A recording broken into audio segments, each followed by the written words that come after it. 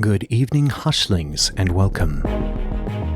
I present your preceptors to the underbelly of the void, the whispers of conjecture, and the known of the unknown.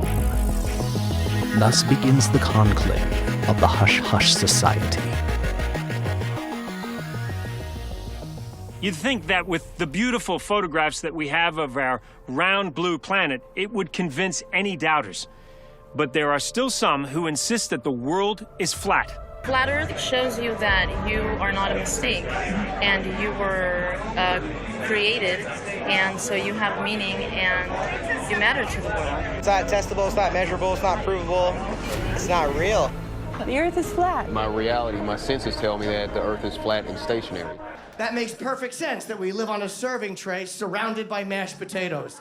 Hello again, Hushlings. I'm Declassified Dave. And I'm Mr. Mike. And as always, we're joined by our chum, Slick Frank Sanders.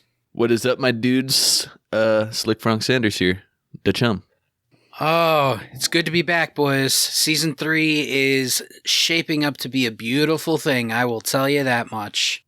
Oh, you already know. We're in full swing, boy. We in full swing. The dinner plate is full. We're going to clean it up. Yeah, we're going to clean it up by our year anniversary, which is the live show, August 17th this year. We're going to push this live show pretty much every episode. We want to drill it into your heads because our year is going to be something spectacular. We're going to have, as usual, the giveaways, the Hush Trivia. We're going to be talking some of the biggest topics that we've covered so far. It's going to be phenomenal, spectacular, wonderful. You should be there. It's going to be tremendous. Very well said. With that being said, welcome back to the Hush Hush Society Conspiracy Hour. Hushlings, if you tuned in for last Debriefing 21, we covered hemp conspiracies. We got all into the marijuana industry.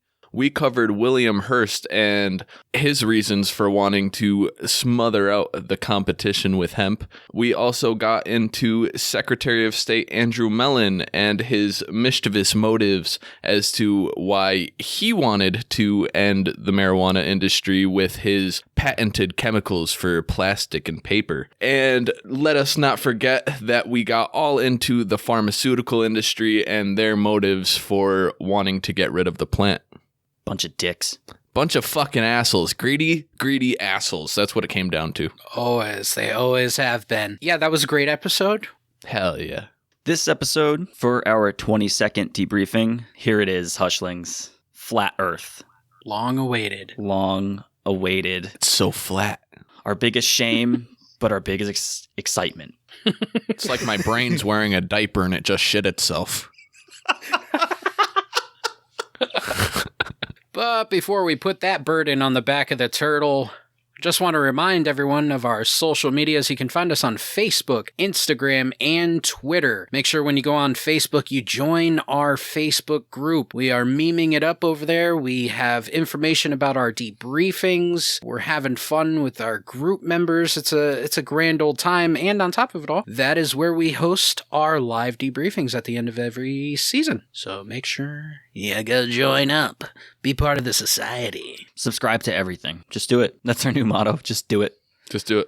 Make your way over to YouTube and find our YouTube channel. You can find all the audio for every debriefing up into including this one. Subscribe over there and get special prizes in the mail in unmarked packages. Discreet, unmarked packages. Speaking of discreet, unmarked packages, don't forget to check out Hush Hush Apparel, our entire line of clothing that's ever changing. We're adding new things all the time. So put your tinfoil hat on, go over to hushhushsociety.bigcartel.com and check out all that dapper drip. And you will get a discreet package in the mail that no one will know where it's coming from except you. And we also sell tinfoil hats over there. I make them myself. I will ship them to you. Reynolds wrap. Only the best. Just give me a rough circumference of your head size. They should make adjustable ones. We can make that happen. Snapbacks. Tinfoil hat snapbacks. Perfect. Oh, man, we're on to something. All right. What do you say we really get onto something a little bit more flat? What do you say? Let's get horizontal. The flat Earth model is an archaic conception of the Earth's shape, and it depicts it as a plane or a disk. Now, many ancient cultures subscribe to the flat Earth cosmography, including Greece and Bronze and Iron Age civilizations of the Near East, India, and China. In the most popular flat Earth maps, the North Pole sits roughly at the center of the planetary disk, while Antarctica forms a giant ice wall along the planet's circumference. The equator forms a ring halfway between the two. The idea of a spherical Earth appeared in ancient Greek philosophy with Pythagoras, although most pre-Socratics retained the flat Earth model. In the early 4th century BC, Plato wrote about a spherical Earth, and by about 330 BC, his former student Aristotle had provided strong evidence for this. Knowledge of the Earth's global shape then gradually began to spread beyond the world. Yet, somewhere, somehow, people still think it's flat. So you said planet. I want to give people the definition of planet real quick. When you say planetary, a planetary body. Please. Now, a planet is an astronomical body orbiting a star or stellar remnant. We are orbiting a star, letting you all know. That is massive enough to be rounded by its own gravity, but not massive enough to cause thermonuclear fusion. And that is according to the International Astronomical Union. But not all planetary scientists, because some of y'all think it's flat still. Well, alright, so Declassified Dave, I just want to point out, you say that you're some sort of conspiracy theorist. You believe in space? We'll get there. Space ain't real, bro. I mean, if the Earth isn't round, space can't be real. It just doesn't line up. No. The dots don't connect. There's that wonderful meme that just says it must work like this or something like that. Yeah. All the dinosaurs are like floating in space. Yeah, all the dish. The dish is just... Let's get back and talk about our planet real quick. You know, the ball that we live on. As you can see where my stance is right now on this. So if you're already mad at me, sorry, you got another hour. In case some of you are not familiar with the planet you live on, the Earth is the third rock from the sun and is the only astronomical object known to harbor life as we know it. About 29% of the Earth's surface is land, consisting of continents and islands where you all live. The remaining 71% is covered with water. It has a circumference of about 8,000 miles, 7,917 and a half to be exact. Now that Dave filled you in with a little bit of the geography makeup of our planet, let's get into its axis. That's what makes us a little bit dizzy. You spin me right round, baby, right round. Now, the Earth's rotation or spin is the rotation of planet Earth around its own axis. The Earth rotates eastward in prograde motion. As viewed from the North Pole star Polaris, the Earth turns counterclockwise. Now, the North Pole is also known as the geographic North Pole, is the point of the northern hemisphere where the Earth's axis of rotation meets its surface. This point is distinct from Earth's north magnetic pole. The South Pole is the other point where Earth's axis of rotation intersects its surface in Antarctica. Earth rotates once in about 24 hours with respect to the Sun, but once every 23 hours, 56 minutes, and 4 seconds with respect to other distant stars. Due to the tidal effects the Moon has on Earth's rotation is slowing slightly with time. Thus, a day was shorter in the past. Now, even though the Earth's rotation is slightly slowing with time, that does not mean that we're not spinning fast as all hell. It's said that the Earth is rotating at about 1,040 miles per hour constantly. Still not as exciting as a NASCAR race. Like we mentioned in Antarctic Bases episode, we talked about how could we feel the Earth rotating. I guess the difference would be is we were talking about a continent on something that's already spinning, moving at a different rate of speed than what we're spinning. So I guess you would feel that. Obviously, you feel earthquake. I guess to answer our question, the reason why we don't feel it spinning is gravity, I guess, right? Yeah. I was just thinking the reason why none of us feel it spinning is because the majority of humanity has spent its time on the planet and we're all so accustomed to gravity that we don't see it as being weird. But if you were to go to, say, the moon and you don't feel that gravity, and you come back to Earth, I guess it's much more prevalent. You can feel the Earth spinning. Yeah, because the moon doesn't spin. It rotates around the Earth. That's due to the thrusters inside of the base that it is made of. It's a slow turn. I had a thought, just real quick before we move on. If the moon was made of cheese, what type of cheese would it be? Well, see, this is something that I've been contemplating for years. Every night I look up at the cheese figure in the sky and I ask it, what cow were you milked from? The constellation Taurus, duh. That's a bull, see, thank bro. you. But you milked the bull. If you're milking the bull, you're not getting the right kind of milk. It's not cheese, oh no. There's another Mothman Erotica episode for you. Oh, shit. Jeez. Milking Taurus. We keep talking about the axis of the Earth and its rotation. It's really difficult to explain the fact that while we're spinning in many different ways, we're spinning around the sun while things are spinning around that. The moon is spinning around us while we're spinning at our own rate, but we're also rotating on its axis. And it's really difficult to explain if you have zero background of astronomy because space isn't real. Thank God the Flat Earth Society figured it out for us, you know? So let's delve into the actual conspiracy involved with the Flat Earth. Members of the Flat Earth Society and other Flat Earthers claim that NASA and other government agencies conspire to delude the public into believing the Earth is spherical. According to the most widely spread version of current Flat Earth theory, NASA is guarding the Antarctic ice wall that surrounds Earth. Alright, so here's the thing. First of all, I believe if you check out the Flat Earth Society Facebook page, they say they have members all over the globe.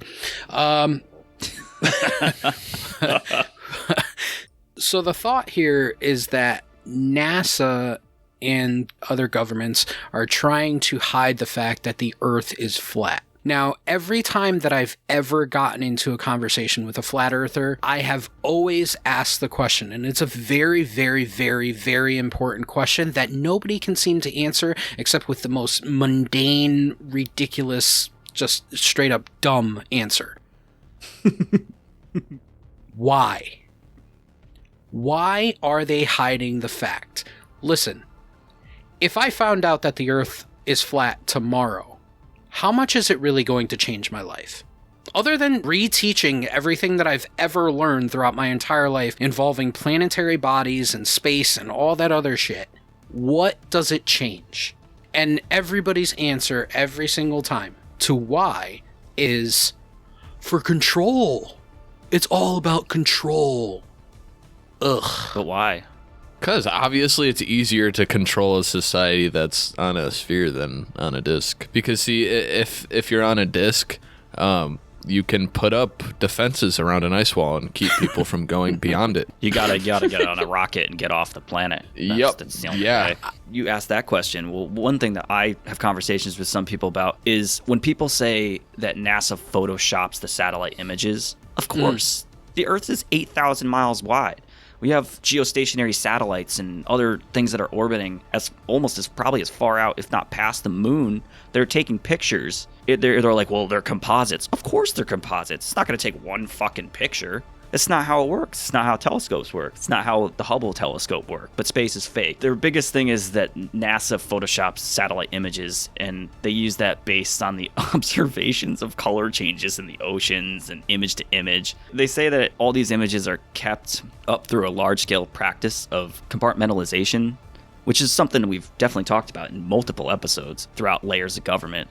And that there's only a select number of individuals that have knowledge about the truth about these said ice walls and the dome and this and that about this theory. But I think one thing before we go farther, and it's something that we should probably touch on, is a lot of this has to go into, and I don't want to offend anyone, but it has to go into creationism. I get into a lot of arguments with people about that. They're like, well, that's the way it was designed. By who? Really? By NASA.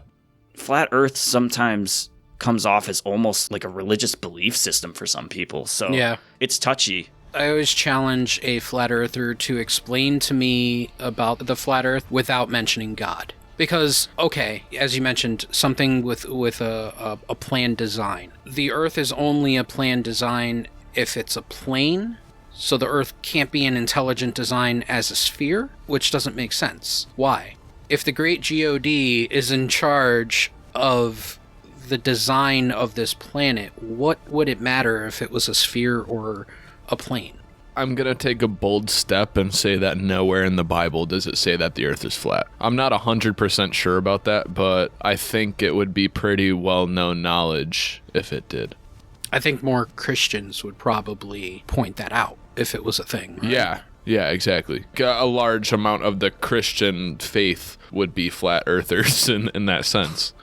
The early Egyptians and the early Mesopotamians thought that the world was portrayed as a disk floating in the ocean. You know, they thought they were just encompassed by water, and that was it. The pyramid texts and coffin texts of ancient Egypt show a similar cosmography. The Israelites also imagined the earth to be a disk floating on water with an arched firmament above it that separates the earth from the heavens. The sky was a solid dome with the sun, moon, and planets, and even the stars embedded within it. Snow globe. You've got these ancient civilizations pretty much just saying you're stuck on land and it's surrounded by water and there's a dome above you and everything in space is just part of that dome. Yep. That's it. Which, you know, they obviously knew better. They knew what they were talking about. In Greece, Homer described a disk cosmography of the Shield of Achilles. His description of the disk cosmography of the Shield of Achilles with the encircling ocean is repeated far later in narrations of the Trojan War. Several pre-Socratic philosophers believed that the world was flat. Thales in 550 BC, Leucippus in 440 BC, and Democritus in 460 to 370 BC, according to Aristotle. Thales also thought the earth floated in water, but like a log. I thought that was kind of funny. It's just a giant log earth, chocolate eclair earth. Flat Earth is so passé. If you don't believe that the Earth is some sort of pastry, you're fucked. Anaximander believed that the Earth was a short cylinder with a flat circular top that remained stable because it was the same distance from all things. That makes sense, right? Come on, guys, come on. Haven't you heard about this? Xenophanes of Colophon thought that the Earth was flat, with its upper side touching the air and the lower side extending without limit. It's just dummy tall. The Earth is very tall. The ancient Norse and Germanic peoples believed in a flat Earth cosmography with the Earth surrounded by an ocean, with the axis mundi, a world tree, a pillar in the center. That's another one of those accounts with a pillar in the center, huh? Maybe the pillar is referring to the log. I imagine dreidel Earth, you know? Big disc with pillar in the center. Dreidel Earth. I like it. In the world-encircling ocean sat a snake called Jormungandr. The Norse creation account states that during the creation of the Earth, an impassable sea was placed around it. It is kind of odd that throughout all these different cultures, not so much the flat part of it, but more so the all-encompassing ocean part of it. Mm-hmm. And I wonder if that's just because like everybody reached the ocean at some point and thought it just went on forever and ever and ever. That could be. Or are we talking about, like, if we're talking about their ancient history, could people have been here when there was one major continent, you know, with a major ocean? That's a good point. Maybe that's where a lot of these belief systems come from, is when you go back to Pangeic times, or it doesn't even have to be like a supercontinent thing. It could just be people think that the land that they live on is the only land. Or it could be as recent as the last ice age when there was a lower sea level because there was more ice. So maybe, well, there obviously was more land. You had a passable area up with Alaska to Russia in the Bering Strait. With the lower water level, there was more land, so people were living in bigger areas. They say impassable sea. I mean, if we're talking ancient times, this could be before the first, maybe this is the second time we've invented sailing. Maybe it was before that. Yeah, that goes into a lot of ancient civilization type thing that people talk about. Graham Hancock. The old civilizations that maybe were not the first advanced civilization and other, like the Pure Reese map, where things weren't supposed to exist because we weren't sailing the seas, and then you have this very detailed map that comes way before sailing. So it's very possible that even with primitive shipping techniques or sailing techniques, they thought this ocean is vast and it goes on forever and it's impassable. Maybe if you hit a hurricane, you're like, oh, the gods are angry, we better turn back, and this is the end. There's a lot of interpretation that goes into a lot of the things that ancient civilizations kind of ran into. I think we should do an episode maybe on just like cataclysms and stuff that could tie into like ancient civilizations. It might not be something that's insanely conspiracy based, but it might be kind of cool to touch on some ancient stuff. It might help with some of the listeners if you haven't listened to Hollow Earth or some of the other episodes that we've done that we touch on ancient civilizations. I think that would be kind of fun at some point. Agreed. A little extra bonus. Let's go a little bit east and talk about ancient China. Now, the prevailing belief was that the Earth was flat and square. So we have motherboard Earth or board Earth, whichever one you want to talk about. Or pizza box Earth. I really like that one. I think that's a good one, yeah. But the heavens were round, an assumption virtually unquestioned until the introduction of European astronomy in the 17th century. Wow. It was just like a bunch of cogs floating around on each other until the 17th century. That's probably like one of the closest we get until we get into some modern flat Earth beliefs. Yeah. This brings us to the maps, the physical representation of our planet, how we look at it. Alexander Gleason created Gleason's New Standard Map of the World in 1892 and patented it to show how longitude and time could be calculated by tracing an indicator around the globe. Essentially, this map uses a polar projection, centering the North Pole and flattening the globe outwards around the edges. And this map wasn't just a handy device for the measurement or a way of showing off a novel projection. For Gleason, it supported his belief that the globe theory of a round Earth was false. There are many other renditions of the flat Earth map. There's the standard monopole flat Earth map commonly used by the modern Flat Earth Society. That's the one if you Google flat Earth map, that's the one you're going to see the most. Isn't that like the UN map? Yeah, I was just going to say, that's the one that everybody connects to the UN. Samuel Burley Rowbotham's original map of the flat Earth was presented in Earth is Not a Globe all the way back in 1841. The flat Earth was depicted in the New York Journal in January 31st, 1897. There's interesting pictures of that you could look up. A Charles K. Johnson era map was produced by the Flat Earth Society. Exact publication date is unknown. It's figured around the 1980s. Wilbur Glenn Voliva's flat Earth map in Modern Mechanics and Innovation was published in 1931. Samuel Rowbotham's flat Earth map of the world was around 1873. Professor Orlando Ferguson's map of the square and stationary Earth was around 1893. That one is really fascinating because it looks like a roulette table.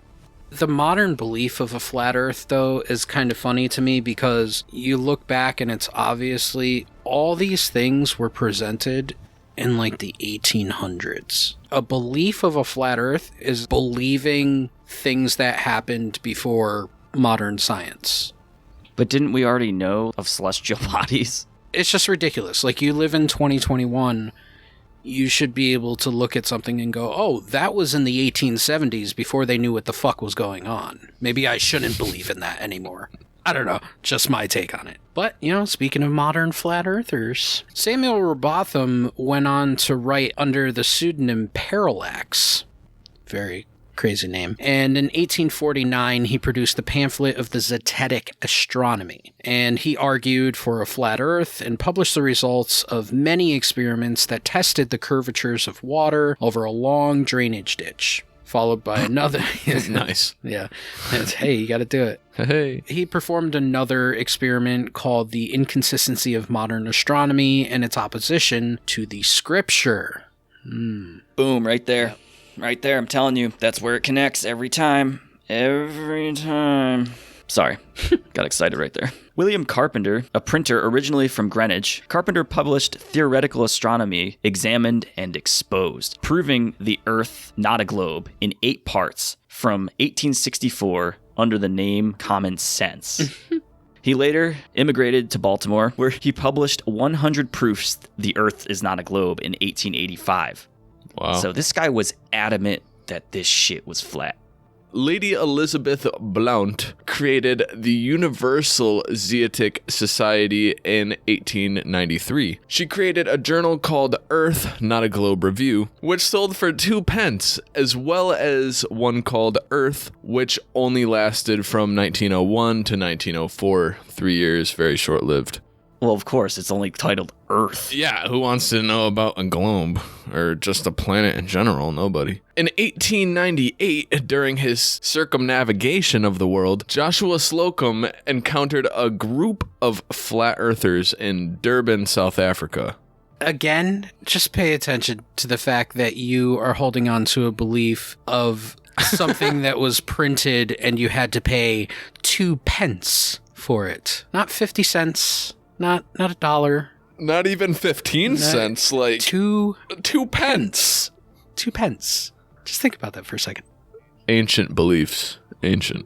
From 1915 to 1942, Wilbur Glenn Voliva, who in 1906 took over the Christian Catholic Church, of course he did, a Pentecostal sect that established a utopian community in Zion, Illinois, preached flat earth doctrine. He used a photograph of a 12-mile stretch of the shoreline at Lake Winnebago, Wisconsin, taken 3 feet above the waterline to prove his point. He offered a $5,000 reward for proving that the Earth is not flat under his own conditions, of course under his own conditions, and teaching a globular Earth was banned in the Zion schools.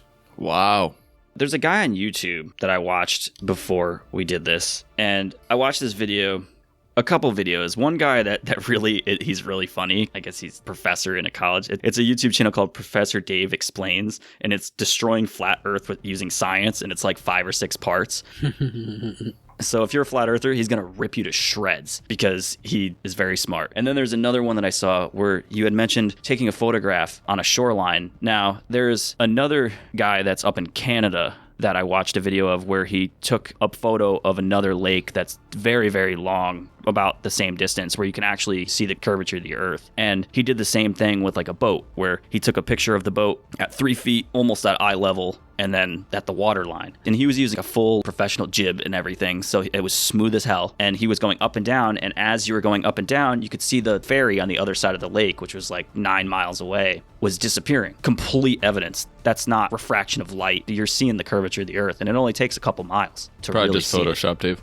Yeah, it probably was. In 1956, Samuel Shenton set up the International Flat Earth Research Society, better known as the Flat Earth Society from Dover, UK, a direct descendant of the Universal Zetetic Society. Now, we say Zetetic a lot because that's pretty much their like main theory of this flat Earth That's thing. their astronomy. Yeah, we jump to 2018, very modern. Astronomer Yael Nazeh analyzed the controversy over a PhD dissertation proposed by a student at the University of Sfax in Tunisia, which defended a flat Earth as well as a geocentric model of the solar system and a young Earth. Young, sexy Earth. It's like when you cut open a pepper and there's a little baby pepper growing inside. I'd say what you can take from all of that is mostly it's from the 1800s. So this guy in 2018, I guess, I don't know what you're looking at, but okie dokie, Smokey. Just before Samuel Shenton set up the Flat Earth Research Society, the Soviet Union launched the first artificial satellite, Sputnik. And Shenton went on to say, would sailing around the Isle of Wight prove that it were spherical? It is just the same for those satellites.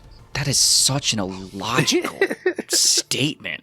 That's like, let's fly a plane in a circle around an island compared to orbiting a fucking satellite around a planet. It's apples and oranges, or eclairs and pizza boxes. I mean, whatever we're talking about here. Shenton was a determined man, if you haven't already figured that out. He was a very determined man to spread his beliefs. His primary aim was to reach children before they were convinced about spherical Earth. He wanted to implement his ideas into the young minds of children before they learned conventional science about our planet. Despite plenty of publicity, the space race eroded Shenton's support in Britain until 1967, which is fairly reasonable, when he started to become famous due to the Apollo program. In 1972, Shenton's role was taken over by Charles K. Johnson, a correspondent from California. He incorporated the society and steadily built it up to about 3,000 members. He spent years examining the studies of flat Earth and round Earth theories and proposed evidence of conspiracy against flat Earth. He states in Science Digest magazine in 1980, the idea of a spinning globe is only a conspiracy of error that Moses, Columbus, and FDR all fought. He also goes on to say, if it is a sphere, the surface of a large body of water must be curved. The Johnsons, I guess speaking about himself, he checked the surfaces of Lake Tahoe and the Salton Sea and did not detect any curvature. They're just slapping the top of the water saying, see, it's flat. See how flat that is? The society declined in the 1990s following a fire at the headquarters in California, and Johnson died in 2001. The society was revived as a website in 2004 by Daniel Shenton, no relation to Samuel Shenton. He believes that no one has provided proof that the world is not flat. And you haven't provided proof that it is. I was looking on the Flat Earth Society website, and we had mentioned that one of these guys got famous because of the Apollo project. So there's a couple of things that didn't look into all of them, but there's a couple things about the Apollo project that directly on their website, and it gives you links. And here's the thing that I really didn't like about their website is that I'd say about 60% of those links that are bulleted on their website, they don't work. So there's some weight for you in that one. In the Apollo project, they think NASA fraudulently landed a spacecraft on the moon. And I'm pretty sure, not to give out any tidbits or sneak peeks, we might be doing an episode on that pretty soon. But they want to know how NASA did it on the moon ball. They say that astronauts were on wires. And they say there was no delay in communication between astronauts and mission control. They also take a close look at the lunar lander, which that website didn't exist. The Apollo moon buggy problems, looked up that one, didn't exist. Broken link. I guess there's speakers on the moon. That's pretty cool. My favorite one is the Apollo sun is a stage light. That's the best one. Who's paying for that electric bill? You are with your tax dollars. Us? With my taxes. Well, hey, where's the switch? So essentially what we're getting at with this is that they basically believe that the moon landing was fake. So I guess we're going to have to talk about flat Earth again. Shit. No. No. We've been putting this off, guys, for like almost a year. So Everything's fake. Everything's fake. The Mars rovers are fake. All the satellites are fake. The moon landing's fake. Space is fake.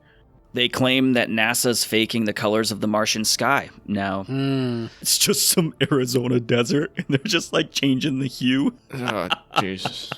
It's that easy, guys. It's all Listen, not to delve too much into NASA hoaxes, but there is possibility to some of the things that they say. Some of the things that they say. Who, NASA or flat earthers? Only when it comes to this Project Apollo, which is AKA the moon landing. Okay, yeah. And how it relates to NASA. NASA does do some pretty weird things. They do dodgy shit. They do some odd stuff. I will grant them that. But to relate that and say they are hiding something such as the Earth is flat, it's a little out there. But yes, I will give credence to the fact that NASA does some weird shit that is quite questionable. Especially when it comes to Mars and photos that you've seen that could have been covered up and stuff, because I don't want to get into it so heavy, because we're talking about a whole nother flat planet. Are you implying that Mars is also flat? And made of cheese as well. Well, you have to remember that that space is not real, so therefore other planets are not real. You saying, well, all the other planets are round, you're just conditioned to believe that planets exist and that they are round, when in fact... All right, so what about like meteors and meteorites? Where do those come from? Or are they just part of the dome falling off? It's part of the firmament. It's probably just part of the dome, yeah. So the dome is made up of rocks and like geological matter is what they're firmament. Saying? It's a rock dome. Firm. That's what I was missing. Thank you. Once the glass hits the atmosphere, it turns to rock. Yeah, that's how it works. They have it figured out, man. The heat from the 3,000-mile wide sun that's floating. They also believe that the Cassini-Saturn missions were all faked and everything was photoshopped. I'm sure they were. And you know what? This is the thing. I want to go back to it real quick. They do Photoshop stuff. Yeah. Like, Yeah. you can't not Photoshop things. Do you know how big fucking Saturn is? And how small Cassini is? And how many pictures it has to take to get the resolution and clarity of the images that they're seeing? They believe that if you can send a satellite out there, then you can send an 8K camera with it, and it should be able to take photos on its own. You shouldn't have to Photoshop these things. You also have to remember that when Cassini was orbiting Saturn, it was going at 68,000 miles. Yeah, so that's exactly it. Motion blur. You guys are being way too logical. You got to throw this logic in the fucking garbage. You got to chill with that. That's not counting probably radiation from space and all that other stuff that comes into play. You're not getting perfect photos. It's not like you're taking a photo down at the local park. Yeah, also their cameras are a lot better than the one that's in your iPhone 12. Moving forward into some of the other things that they believe, and then we can get into some science, which I can't wait for. These are my favorite 4. They believe the International Space Station is probably fake. Every star field picture we take is fake. That the Earth is actually an egg. That's my favorite one. And that's true, though, because if the Earth is globular, it is wider at the equator than it is at the poles, and slightly flattened at the poles. The biggest one that's my favorite is that the Google Maps background is composite. Well, yeah, it's a fucking map app. When they show you a satellite image, it's thousands of images built up together. And then one that was very vague was that there's bubbles and lights, and I would imagine that's the stars and the sun and all this other stuff. And then they go into the Chinese space hoax where they said the Chinese faked their spacewalks, which I'm sure the Chinese are on the far side of the moon, honestly. In all honesty, I don't have a lot of patience for this theory. No? Because it's kind of absurd to think that we're the only flying saucer. I guess statistically, how many billions of stars do we have in our galaxy? And all of them at least have one planet. It'd be odd to know that we're just the only snow globe. Not only that, but we're a Cadbury egg. Hushlings, we will return after these brief messages. Are you into the secret histories of exorcisms, Christmas massacres, killdozers, and concert disasters? How about haunted mansions, the Philadelphia experiment, the Dorm of Death, or candy corn? Then you're gonna love Ghost Town, a hilarious and sometimes not so hilarious twice-weekly podcast. On Wednesdays, we discuss the secret history of an abandoned, unexplored, haunted, or mysterious place from anywhere in the world. And on Fridays, we cover an amazing historical failure from any time in history. Ghost Town is 100% safe and legal. We guarantee it. It's also fun, spooky, and can contain a riot, a massacre, a murder, or an arch deluxe. I'm Rebecca Lieb. I'm Jason Horton. And this is Ghost Town. And you can find Ghost Town wherever you listen to podcasts. Welcome back to the Hush Hush Society Conspiracy Hour. So I really want to get into the science portion. Let's get into it then. Let's get into it. Let's talk about why flat Earth probably doesn't exist. And none of it I actually understand. Our first scientific point is Foucault's pendulum. Now, Foucault's pendulum is a device named after the French physicist Leon Foucault, who in 1851 famously hung a heavy 28-kilogram brass bob from a 67-meter chain in the Pantheon in Paris. Such a pendulum can swing in any plane and changes directions during the course of a day, yielding direct evidence of the Earth's rotation. Another phenomenon that proves the Earth is a spinning globe is the Coriolis force, which acts perpendicular to the direction of motion of a spinning mass. This force leads to cyclones swirling clockwise in the southern hemisphere and counterclockwise in the northern hemisphere. Through the direction of winds, it also impacts ocean currents. Long-range military snipers even have to make allowance for deflections caused by the Coriolis effect. Yeah, they have to calculate wind speed and the Earth's spin. Ask a sniper, he'll tell you that the Earth is round. Imagine finding a flat Earth sniper that's like, nah, it's just bullshit. He misses every shot. Yeah, he's a stormtrooper.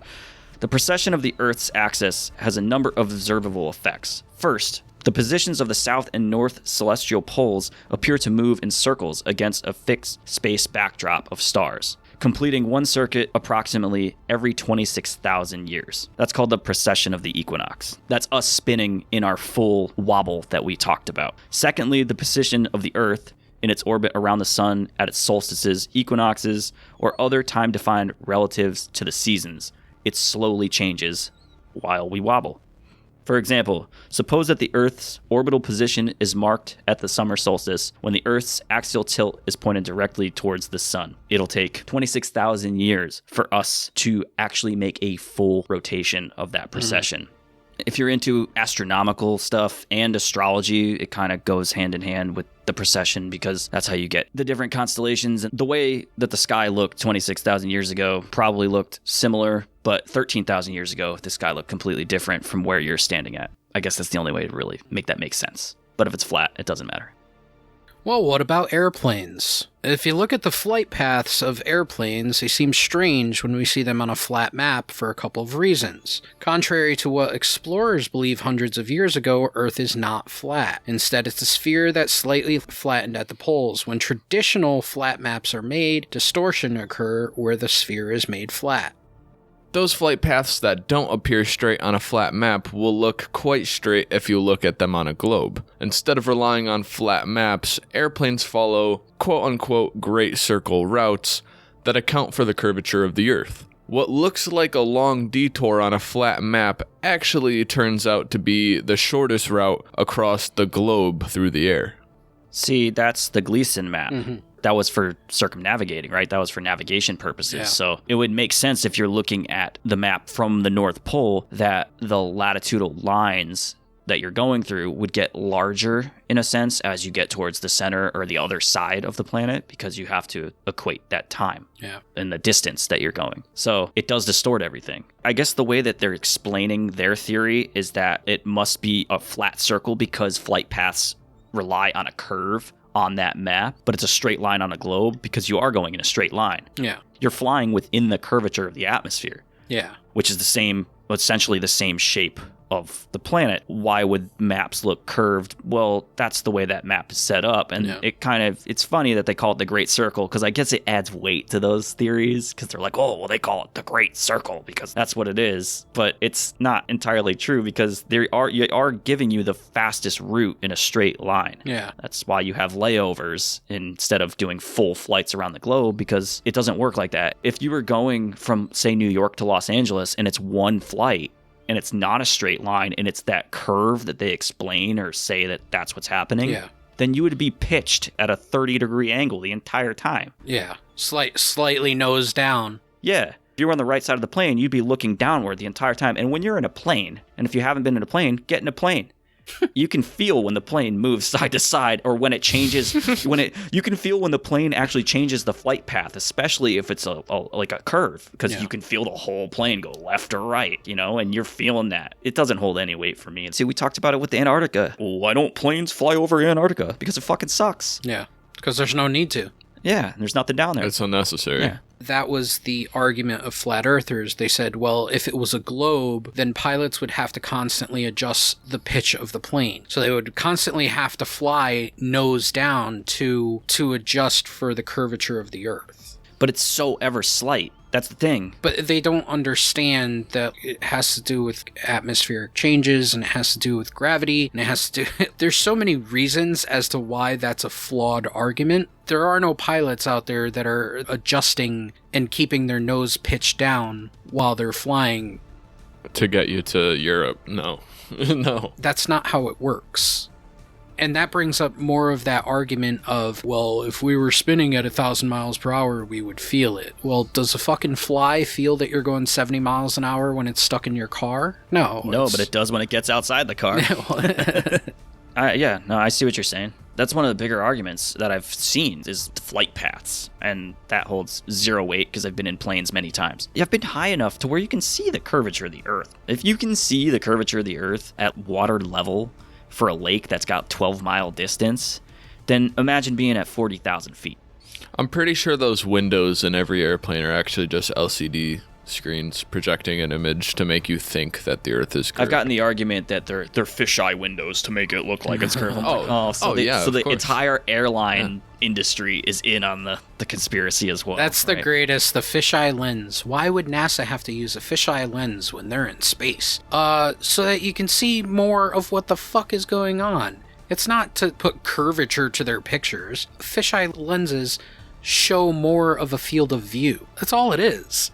Another interesting argument that the flat earthers use to prove their point is how you can sometimes see a city skyline from far away when it should be disappearing behind the curvature of the Earth. There is a natural phenomenon that could possibly explain away what they're seeing and why you can still see a city skyline when realistically you shouldn't be able to, and that would be a superior mirage. A superior mirage occurs when the air below the line of sight is colder than the air above it. This unusual arrangement is called a temperature inversion. Since warm air above cold air is the opposite of the normal temperature, it's not how it's really supposed to be. Superior mirages are quite common in polar regions, especially over large sheets of ice that have a uniform low temperature. Superior mirages also occur at more moderate latitudes as well, although those cases they are weaker and tend to be less smooth and stable. You got a jittery mirage. Too much coffee. Phasing in and out. A superior mirage can be right side up or upside down, depending on the distance of the true object and the temperature gradient. Often the image appears as a distorted mixture of up and down parts. One example of this is, not sure if it was a few weeks ago or a few months ago at the time of this recording, everybody was freaking out saying that some sort of English cargo ship seemed to be floating above the water and defying gravity, not in the water, and that was a big example of a superior mirage. So it made it seem like the cargo ship was floating, when in fact it was just this phenomenon, trick of the eyes and the atmosphere. Wasn't that another one like the Flying Dutchman? Like maybe that's where that came from. That'd be interesting. Ghost ship. Yeah, it's most common with ships because of the atmosphere above water and stuff like that. You see that more commonly in marine or in shipping. It can happen with buildings that are on the water, or cities that are near water. You get the reflection of the city on the water, and that is kind of projected up into the atmosphere higher than it actually is. And that's why you see the city from so far away. It's not that you're actually seeing the city and the elevation of the city isn't changing over the curvature. It's that this mirage is creating the effect that the city is higher than it is, and you're actually seeing just a reflection.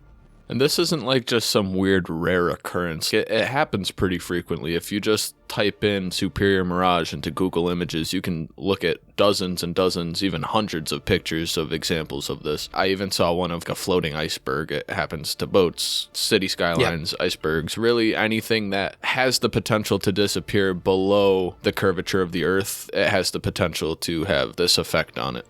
So what makes the argument then? If mirages come up and they're like, well, that the Earth is flat then. Mm-hmm. What's the weight on that? Just because you can see it? Yeah, they're going visually, I would imagine. That would mean from 1,000 miles out, you'd be able to see, depending on how powerful it is, a lighthouse. But you can't.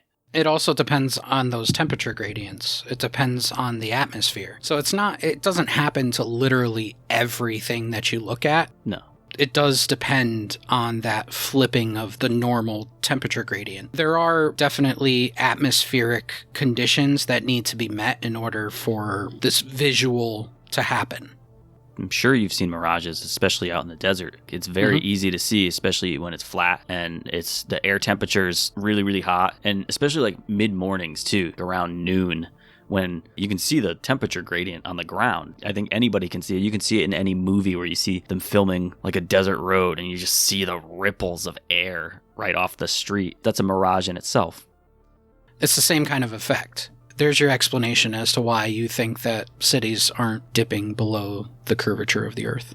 I'd love to hear somebody explain this one away, though. Well, we can't continue without talking about the sun and how the sun works with our glorious flat Earth. In 1980, Carl Sagan co-wrote and narrated the award-winning 13-part PBS television series Cosmos, A Personal Voyage. It was also a book, which became the most widely watched series in the history of American public television until 1990. I wonder what beat it out. Married with Children or something like that. Is that 1990? Saved by the Bell. Yeah, Saved by the Bell. The show has been seen by at least 500 million people across 60 countries. Now, if you haven't seen this, you can buy the video still. I think they still sell it on DVD. It's like astronomically expensive. You see what I did there?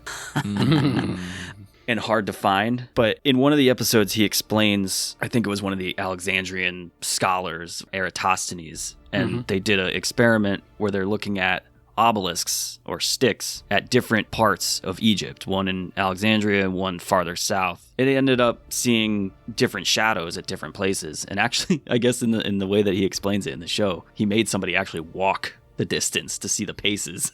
So, damn. Yeah, that's some dedication to find out. But in the end, I guess in that experiment, he found out from the distance from city to city, measuring the shadow that the sun casted, it was actually like around 7 degrees. So it actually got him to do the math and find the actual circumference of the globe that we are on. And that's pretty much a very easy way to explain it would be, if you watch the show, he takes literally a piece of paper with 2 obelisks on it and bends it, and you can see the difference of the shadow.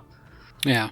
I'm not trying to defend the flat earth theory. I'm not necessarily a subscriber of it, and I'm not trying to shit on Carl Sagan's experiment by any means. But you said he had somebody walk from city to city to take these measurements, right? The scholar did. Yeah. Back in the Egyptian times. Get your Birkenstocks and hike through the desert, bro. Sagan just talks about the experiment and how it was performed. Okay. Yeah. Well, I mean, if you were to walk from city to city, wouldn't the shadow vary with how the sun moves throughout time? Like, how long does it take to walk from city to city? I don't know. I'm sure they figured it all out, but the walking was to determine the distance. It wasn't all distance. at one time. No, that was part of the experiment. The walking was to determine the distance between the two cities. One of the arguments of flat earthers is that the sun is just on this flat plane, obviously, so it's shining down. But the problem is when you have a single light source on a flat surface, it casts the same shadows on everything that is vertical. Buildings, trees, whatever. All the shadows would be the same length at the same time of day all over the entire planet. As we know, that's not a thing that happens. Carl goes into, like Dave said, he kind of like curves the paper, and you see as he curves it the different shadow lengths off of these monoliths that he has, attached to this board. That doesn't happen when you're on a flat plane with sunlight or with light rays. Yeah. Now, one of the things that flat earthers say about the sun is that it moves in some sort of figure eight motion, because there's an explanation for everything, and all of the explanations are fucking ridiculous, but there's an explanation as to why makes a lot of sense, yeah. The other side of the earth is dark at night while one side of the earth is light. They say because of the movement of the figure eight of the sun, that on the precipice of one side of the figure eight is light, then the opposite of that is on the other side of the figure eight. But is the figure eight moving in a 24-hour period? Because if it's moving in a 24-hour period, then it doesn't explain any seasonal changes on a planet. No. And as we all know, the entire planet goes through seasonal changes. It's like why it would be winter in the United States and summer in Australia. They have different seasons at the same time of year. Well, it's the reason why it's summer in the southern hemisphere when it's winter in the northern hemisphere. I think we explained it before a little bit earlier. When you're dealing with the precession and the way that the Earth wobbles on its axis is the exact reason why you're getting seasons, not because of a figure eight motion from something that's 3,000 miles away. Yeah. I don't think people realize that the sun is 93 million miles away. Yeah. And you can fit a million fucking Earths in it. They don't think that the sun is 93 million miles away. You have to look at it from... It's tough to say, but you have to look at it from their point of view, and in the way that they think. So if they think that the sun is actually, the sun is only 1,300 miles away or whatever they believe, then that kind of changes the perspective and throws out the science that we all so hold dear. They describe the sun as like a big spotlight. So it's a spotlight on a track that goes in a figure eight and shines down and shoots down at you, but it just doesn't account for a whole lot of naturally occurring things that happen on the planet. Well, is that their defense for the seasons, the sun? Like, its figure eight and its distance? Because that doesn't make sense. It doesn't make sense if you look at the 24-hour time period of a day, and it doesn't make sense if you take that into account versus the 4 seasons of the year that take place over 12 fucking months. It doesn't explain it. It's also just look outside. You can explain till you're blue in the face. Oh, it moves in a figure eight. That's the reason why. But still explain why in August the sun goes straight up over your head from east to west. And then in December, it's 25, 30 degrees lower in the sky in the south. A figure eight motion, especially if it works in a 24-hour period, doesn't explain the fact that the axis of the Earth is tilting back and forth and the sun is hitting us at a different angle. Do flat earthers just discredit gravity? They discredit Probably. A lot of things. You have to ignore gravity because gravity isn't real. You have to ignore you have to ignore physics. You have to ignore astronomy. You have to ignore literally fucking 90% of science. You have to ignore. And I think that's one thing that flat earthers, at least not the wild, outstanding ones, but the ones who look at it from a real point of view, the ones who say, well, I'm going to question it, I don't know all the facts, and the ones that are level-headed, they don't stop and think about the fact that you have to suspend your belief of all sciences, of like all known science. You literally have to just say that's not real. Yeah. So like formation of planets, formation of elements. It's not a thing. Everything. You have to just ignore that and say that it's not a real thing. And I guess that's where the whole God thing comes in and the grand creator and this has to be a plan. And I understand it. You want to believe in something. Everybody wants to believe in something. But you can still believe in something and not be mutually exclusive in believing that the earth is flat. Why can't God just make a fucking ball? What's the difference? Like, how much does it change your life? Nobody's saying, oh, the earth is round, so therefore God isn't real. That has nothing to do with it. One is not exclusive to the other. It's just not. You can have religion and science. They have coexisted for many a millennia. Just can't. I can't wrap my head around it. But then again, the flat earth idea is nothing new.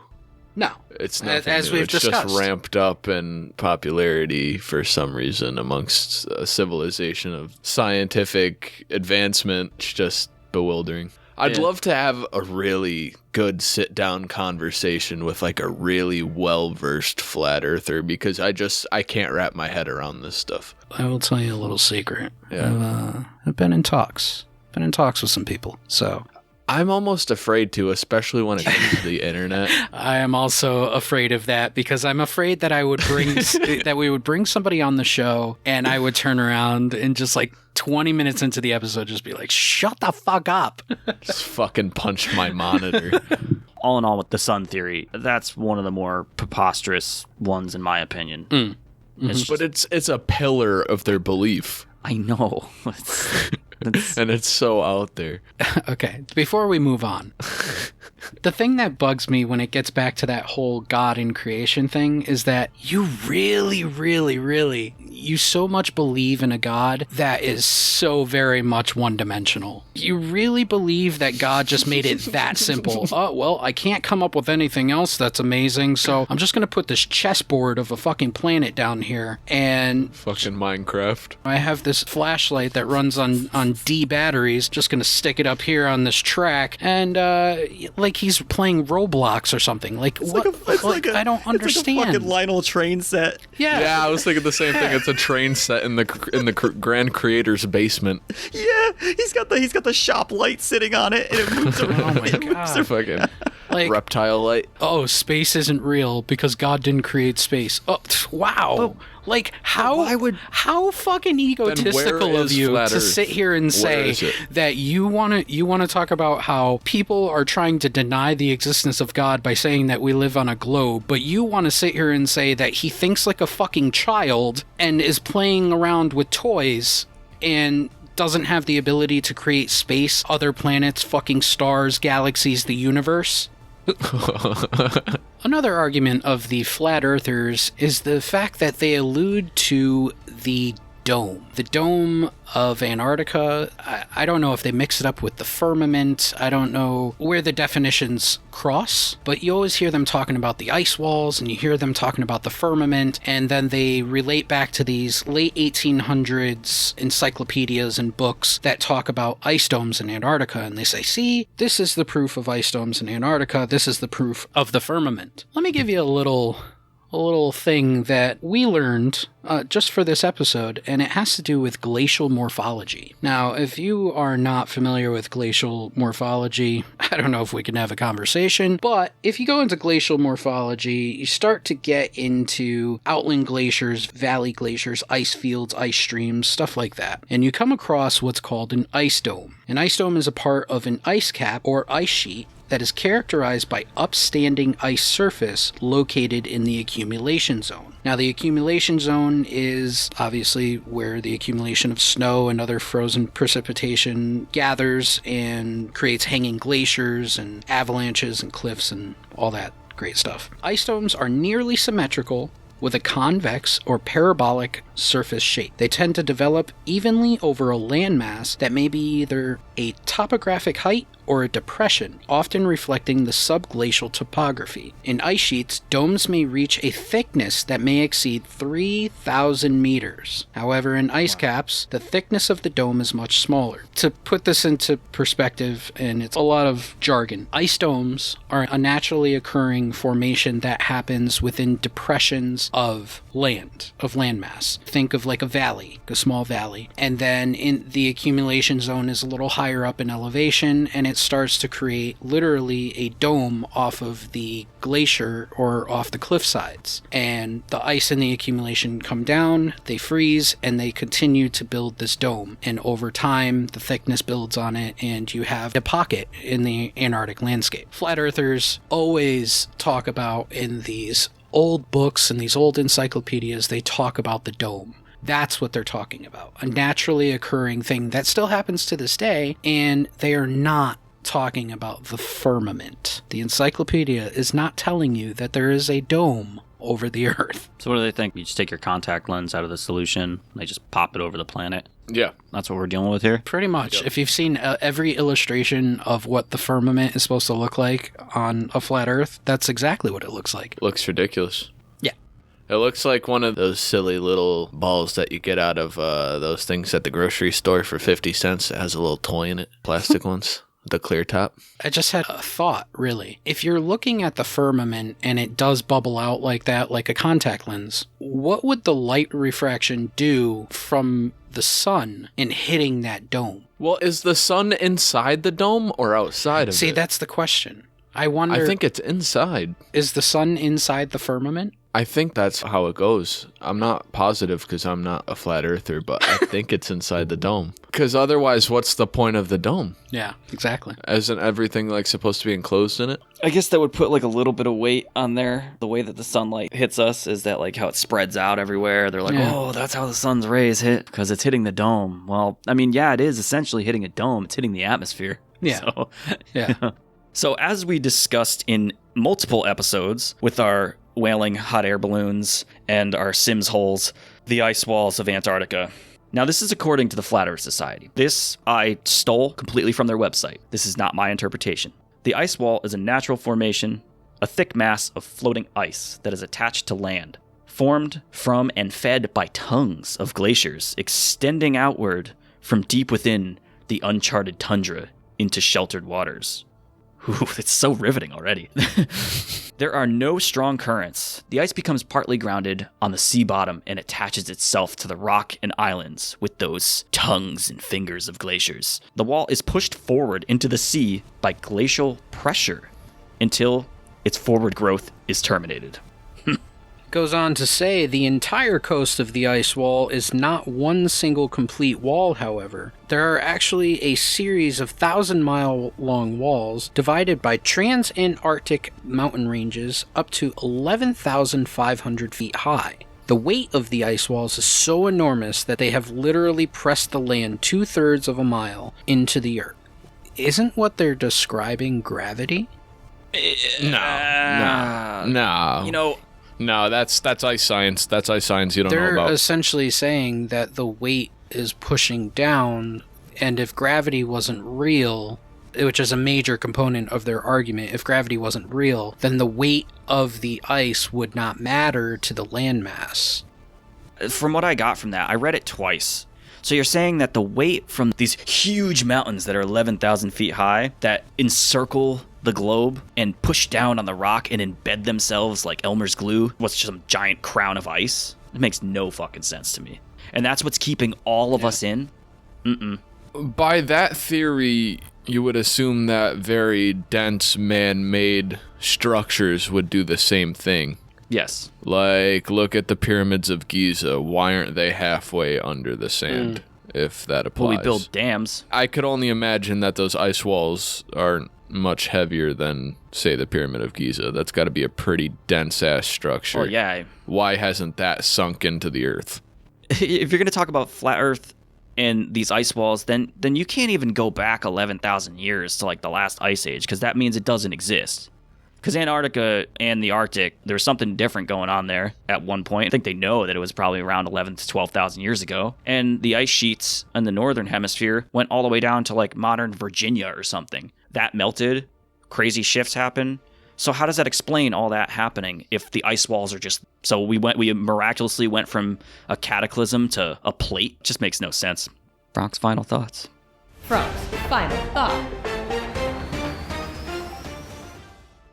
You want my honest final thoughts? Is that really what you want? Yeah, I do. We all do. Throughout this discussion, I've lost so many goddamn brain cells that I don't think I can function the rest of the day. To think that space isn't real, and that the Earth is flat, and that there's an ice wall around the Arctic, you are so far gone. You are beyond saving. You are what's wrong with humanity. You are clinging on to pseudoscience from the 1800s that is literally backed up by nothing but fallacy. I don't know what's wrong with flat earthers. I don't know. I watched a documentary on flat earth, and they kept on doing these experiments and proving themselves wrong the whole time for like a solid hour and a half. They were proving the globe earth theory, and I genuinely felt bad for these people. I hope you find help if you're listening to this and you subscribe to Flat Earth. And I'm sorry for your family and friends. We still want you as a listener. We still love you. My final thoughts. We still want you as a listener, though. Yeah, we still love you. Mike, I want to hear yours. I kind of mirror what Frank is saying in the terms of these people are holding on to beliefs and ideas that came from not only ancient civilizations, but also a bunch of pamphlets that were printed in the 1800s by people who are not very scientific. I understand your reservations when it comes to the oddities with NASA and them photoshopping images and them being a little weird and all that jazz. And NASA also, as we have previously talked about, having a pretty big presence in Antarctica. I will say that, again, as Frank said, there are plenty of scientific experiments and science that will explain away all your beliefs of this great dinner plate that is on the back of a tortoise floating through whatever existence you think that we live in. Baseline argument of most flat earthers, it comes down to creation, comes down to religion. That's really all it boils down to. As Dave said, we don't want to offend anyone with religion or anything of the such. But if you want to talk about the fact that the government is hiding the fact that we live on a flat earth so that they can do away with religion and they can do away with the idea of God, whatever it may be, honestly, we've proven over the course of 3 seasons that the government does not give a flying fuck about you. They don't care whether you believe in God or not.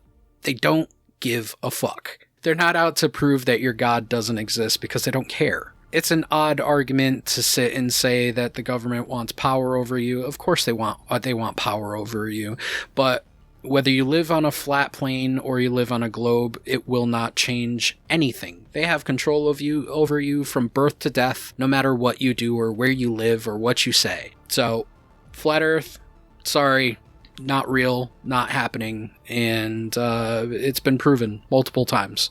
I need new arguments. I'd say the only thing, like you both had said, is, for me, could say that there's oddities and anomalies, is yes, NASA does some weird stuff. And then the government also does not care and does not tell you 90% of what's going on. There's definitely things going on that we don't know about. The fact that the Earth is flat is probably not one of them.